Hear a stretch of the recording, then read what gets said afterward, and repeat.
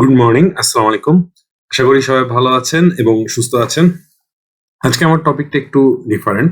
Basically আমি আজকে এই ভিডিওর মাধ্যমে দেখাতে চাই অফিসের কাজের দক্ষতা বাড়াতে আমরা কিভাবে চ্যাট জিপিটি ব্যবহার করতে পারি। বেসিক্যালি চ্যাট জিপিটি এখন কারেন্টলি একটা অনেক জনপ্রিয় টুল। যদিও এটা আরো কারেন্টলি মডিফাই হয়ে হয়ে আরো বেটার ওয়েতে কাজ করার ক্ষমতা রাখতেছে। তো এটা বেসিক্যালি আমরা অফিসের কাজে এবং আমার অফিসের কাজে কিভাবে আমি প্রোডাক্টিভিটি বাড়ানোর জন্য ইউজ করি। চলুন ভিডিওটা শেষ পর্যন্ত দেখবেন এটা জানার জন্য।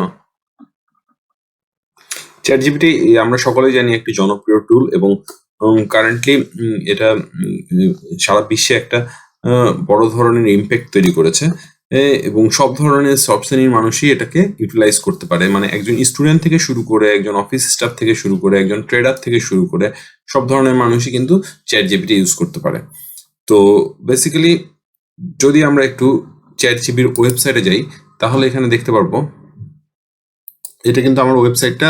আপনাকে ফার্স্টে লগ ইন করে নিতে হবে আপনার জিমেল অ্যাকাউন্ট অথবা কোনো মেল আইডি দিয়ে লগ ইন করে নিতে হবে। এবং যদি আমরা এই ওয়েবসাইটটাতে যাই তাহলে এখানে দেখতে পারবো চ্যাট জিপিটি 3.5, যেটা কিন্তু ফ্রি অফ কস্ট। এই 3.5টা যদি কেউ 4 ইউজ করতে চায় এটা আরো অ্যাডভান্স ওয়েতে কাজ করে, কোডিং এবং চার্ট অ্যানালাইসিস পর্যন্ত এটা করতে পারে এবং আরো কিছু ফিচার আছে এটার। যে এটাকে তারা বলতেছে এটা মোস্ট ক্যাপেবল মডেল তাদের। আর 3.5টা হলো এভরিডে ওয়ার্কের জন্য বা এভরিডে টাস্কের জন্য করে। এবং জিপিটি 4 ইউজ করতে হলে অবশ্যই আপনাকে পে করে ইউজ করতে হবে $20 পার মান্থ। সো বেসিক্যালি আমরা আজকে 3.5 দিয়ে আমরা যে ডেইলি টাস্ক, অফিস টাস্ক কিভাবে করা যেতে পারে সেটা নিয়ে আজকে ডিসকাশন করব। তো ফার্স্টেই যে পয়েন্টটা আসতেছে যে আপনি যে কোনো একটা মেলকে সুন্দর ফর্মাল ওয়েতে কিভাবে লিখতে হয় সেই হেল্পটা আপনি চ্যাট জিপিটি থেকে নিতে পারবেন।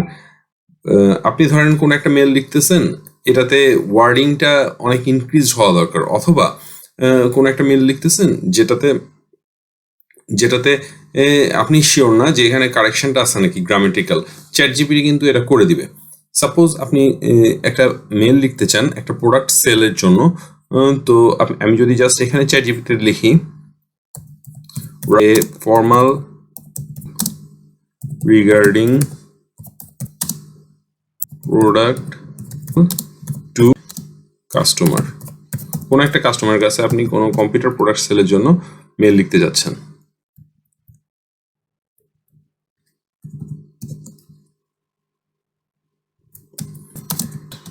অফার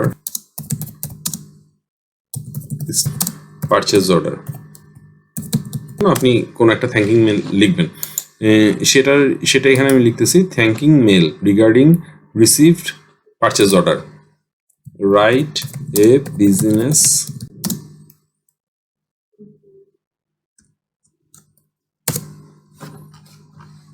দেখি এবার একটা বিজনেস মেল লিখতে বলেছি চ্যাট জিপিটিকে কোনো একটা পারচেজ অর্ডার পাওয়ার জন্য।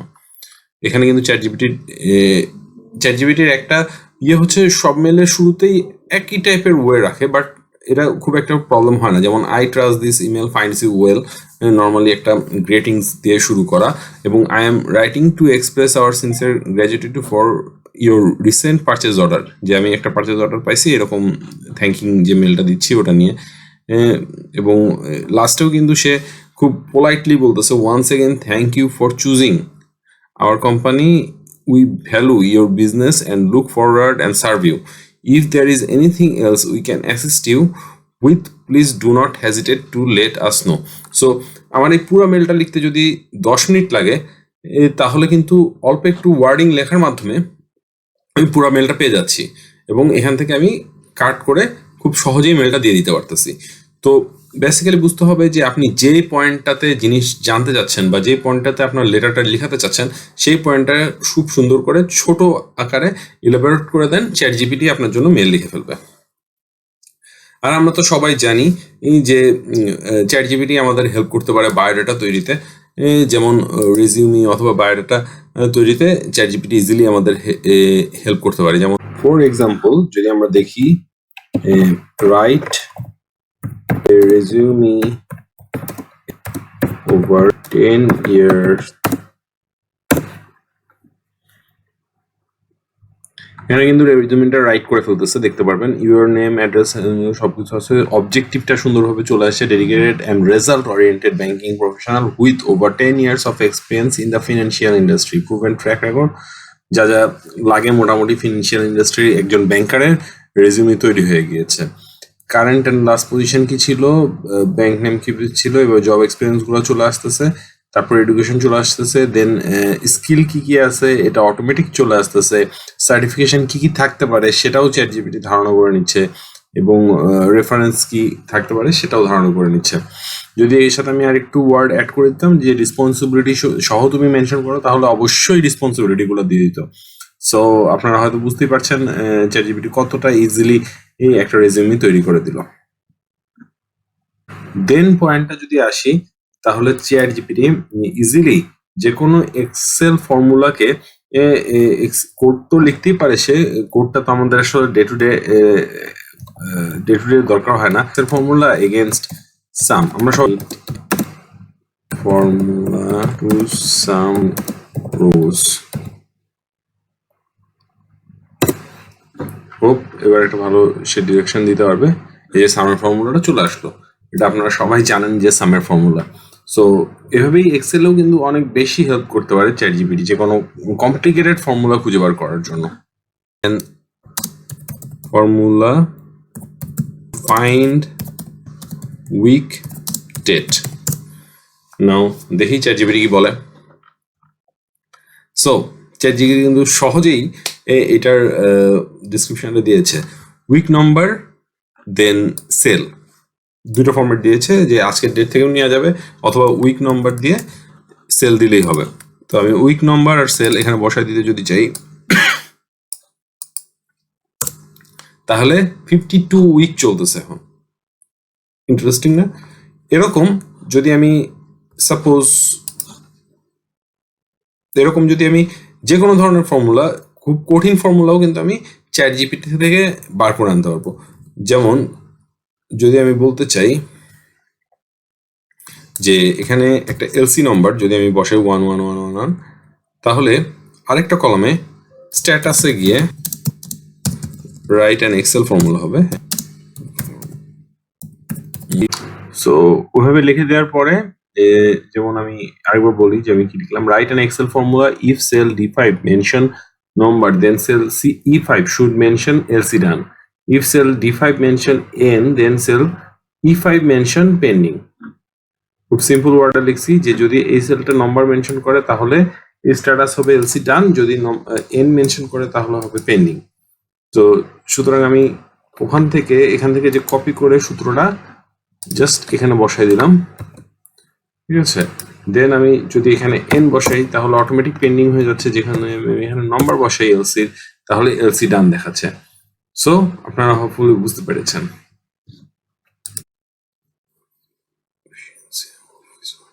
How we can use ChatGPT to boost efficiency of office work. Write in Bangla. দেখুন ও কিন্তু বাংলা লিখে ফেলতেছে, ও কিন্তু ইলাবোরেট করে ফেলতেছে, আমি কিন্তু ইলাবোরেশন চাই নাই যদিও।